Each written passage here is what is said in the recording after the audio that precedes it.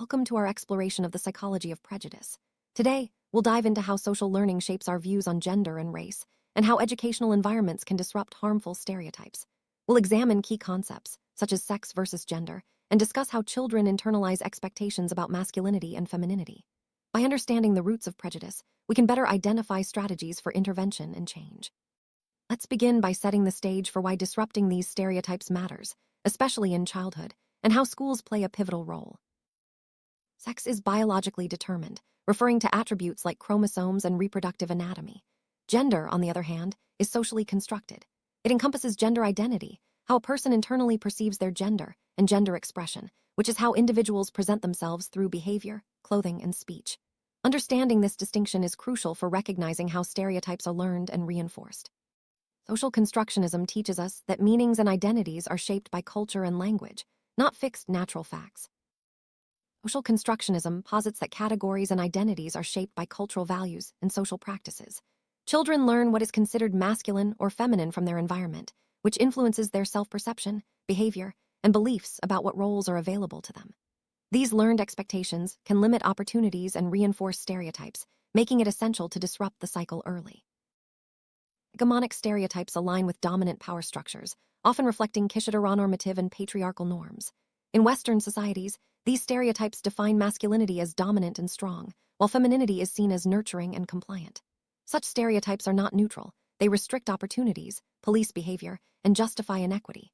Disrupting these stereotypes is vital for creating more equitable environments. Disrupting harmful stereotypes is about identifying how they are learned and intervening before they become entrenched. Restrictions on interests, educational and occupational inequality, and self-limiting beliefs are key concerns. The long-term goal is to foster child development free from gender-based restrictions, enabling children to pursue their interests and aspirations without bias. Teachers are crucial agents of change. Schools provide structured environments where children spend significant time, making them ideal for interventions. Teachers model gender attitudes, reinforce or disrupt stereotypes, and shape participation and confidence. Research asks whether teacher training can reduce the impact of teachers' own gender biases, highlighting the importance of policy and training. Several interventions aim to disrupt stereotypes. Marvelous Mums builds confidence for disadvantaged women. Bullying bystander programs in schools encourage positive action. Structural reforms, like New Zealand's firearms reform, show disruption at a societal level. The Reflect program in Austria trains teachers to examine their own gender attitudes and teaching methods, promoting awareness and change. Prejudice reduction often requires intervention at the point where stereotypes are learned and reinforced. By targeting these moments, we can prevent stereotypes from becoming normalized and entrenched. This principle guides much of the lecture, emphasizing the need for early and sustained disruption. Categorization is a cognitive process where people group others into categories, forming in-groups and out-groups. This simplifies social perception but increases perceived differences, promoting stereotyping and intergroup bias.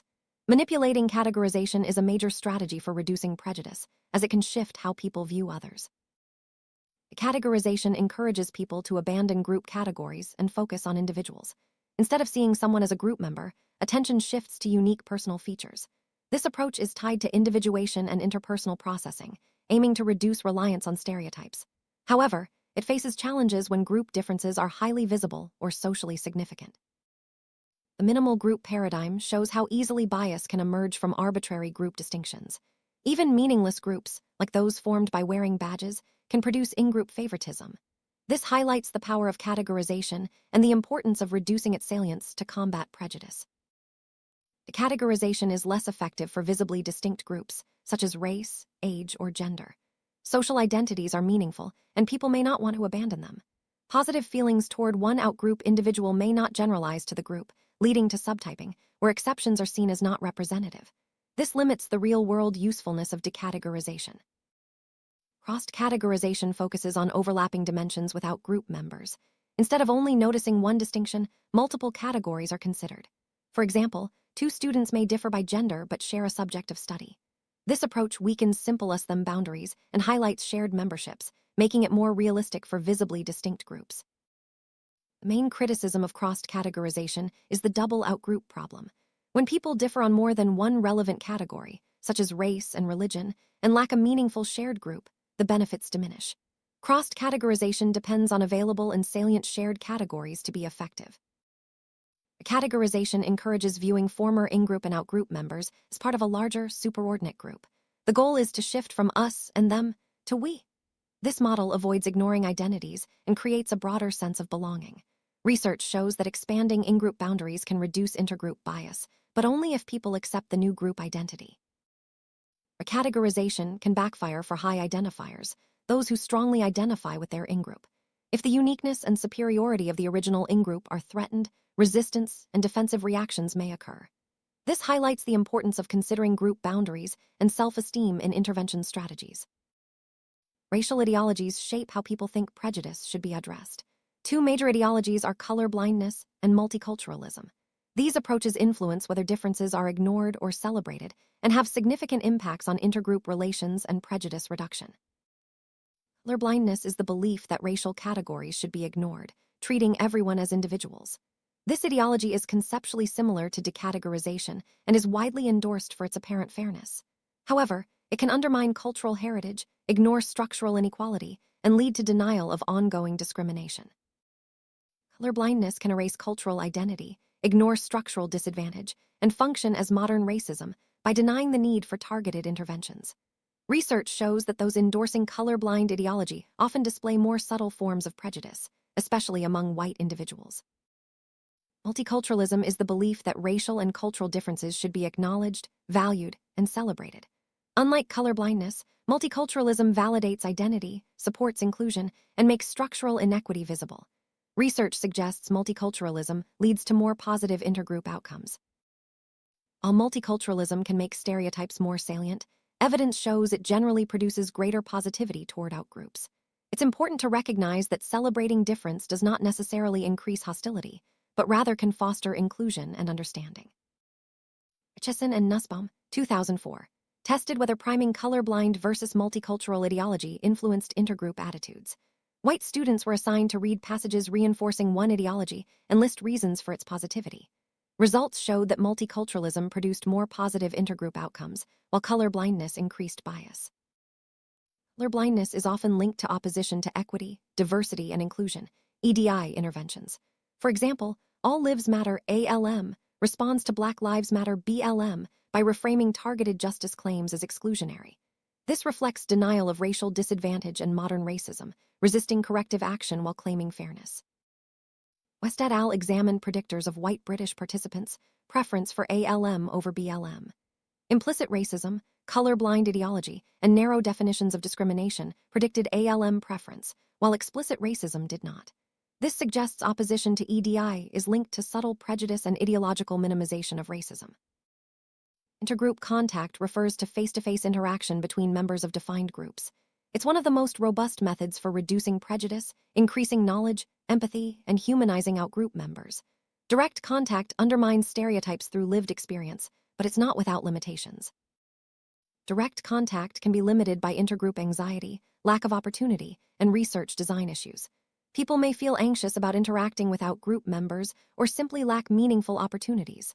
Much evidence is correlational, making causality difficult to establish. Human Library event in Poland involved minority group members acting as living books. Visitors engaged in 30-minute conversations, including with a Muslim man. Findings showed decreased social distance toward Muslims and more positive attitudes toward working in diverse groups, providing strong causal evidence for contact theory. Social distance measures willingness to accept close relations without group members, such as neighbors or colleagues. The Human Library study demonstrated that direct contact can reduce social distance and positively affect intended behavior, supporting the effectiveness of contact interventions. The buffering hypothesis suggests that direct contact can protect against negative media effects. Positive real-world contact gives people knowledge to resist prejudicial narratives. Fuachi et al. 2020 found that intimate contact with immigrants predicted more positive attitudes, while superficial contact had little effect. Native Italian participants were measured for intimate and superficial contact with immigrants, news media exposure, and attitudes. Intimate contact predicted positive attitudes, while greater news exposure predicted negative attitudes only when intimate contact was low. Quality of contact matters for buffering media influence. Measures included positive and negative direct contact, positive and negative media portrayals, and outgroup attitudes. Positive contact and news predicted positive attitudes, while negative contact and news predicted negative attitudes. Negative media had a stronger harmful effect when positive contact was low. Heterosexual participants were studied with gay and lesbian people as the outgroup. Positive direct contact predicted more positive attitudes, and media effects were only harmful when positive contact was low. This reinforces the importance of meaningful contact in buffering negative media. Extended contact involves knowing that a member of your in-group has a positive relationship with an out-group member. This can reduce intergroup anxiety, normalize cross-group friendship, and shift group norms. Wright et al. 1997 showed that extended contact reduces conflict and bias. Extended contact avoids immediate anxiety but still depends on opportunity. People need at least indirect exposure to cross-group relationships. Books can provide extended contact where direct opportunities are limited, modeling positive intergroup interaction and shifting attitudes. Italian children read books featuring positive intergroup interactions, unrelated topics, or no book. Measures included attitudes, behavioral intentions, and stereotyping. Narrative exposure modeled positive outgroup interaction, demonstrating that extended contact can shift attitudes and intentions. Imagined contact involves mentally simulating a positive interaction with an outgroup member. This hypothesis proposes that imagining contact can reduce anxiety, increase confidence, and prepare individuals for future direct contact. It's a low-cost, easy-to-implement intervention, often tested experimentally. Direct contact is robust and changes real perceptions, but faces opportunity constraints and anxiety.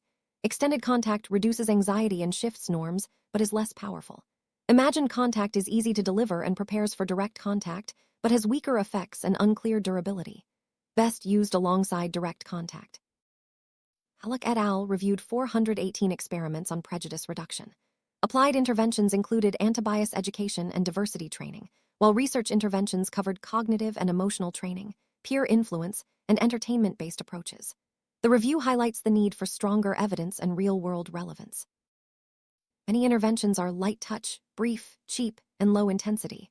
However, most only measure outcomes immediately, making it hard to know if effects last. Only a small percentage measured outcomes beyond 1 day or 1 month, raising questions about durability.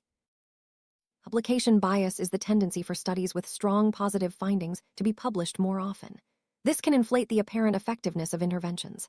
Halleck et al. Found that effect sizes reduced substantially in larger studies, suggesting that publication bias may distort the evidence base. Major criticism is the focus on explicit attitudes in intervention research. Only 17% of studies included implicit measures. Contemporary prejudice is often subtle, and interventions may change self-reported attitudes without affecting automatic associations or behavior. Changing explicit attitudes does not necessarily mean changing implicit bias. Most studies use undergraduate or college student samples, with few involving community adults, workplaces, or religious groups. This weakens ecological validity, making it harder to generalize findings to real-world settings. Stronger confidence requires landmark studies with large samples and behavioral outcomes. A strong evidence base includes replication across studies, stable medium to large effects, measurement of implicit attitudes and behavior, real-world settings, longitudinal follow-up, and reduced publication bias. Pre-registration is recommended to improve transparency and reliability. Opposition to EDI initiatives often reflects deeper prejudice-related mechanisms, such as threat to group status, challenge to hegemonic norms, and colorblind ideologies. Resistance may be framed as fairness, but functionally dismisses the need for targeted equity interventions, linking back to modern prejudice and narrow definitions of discrimination. Prejudice reduction targets categorization, ideology, and intergroup experience. Models show that de-emphasizing group boundaries, highlighting shared identities, and constructing superordinate categories can help, but each has limitations. Multiculturalism generally produces better outcomes than colorblindness, and meaningful direct contact is most effective. The intervention literature is promising, but needs stronger, real-world, and longitudinal evidence. Understanding these mechanisms is key to creating lasting change.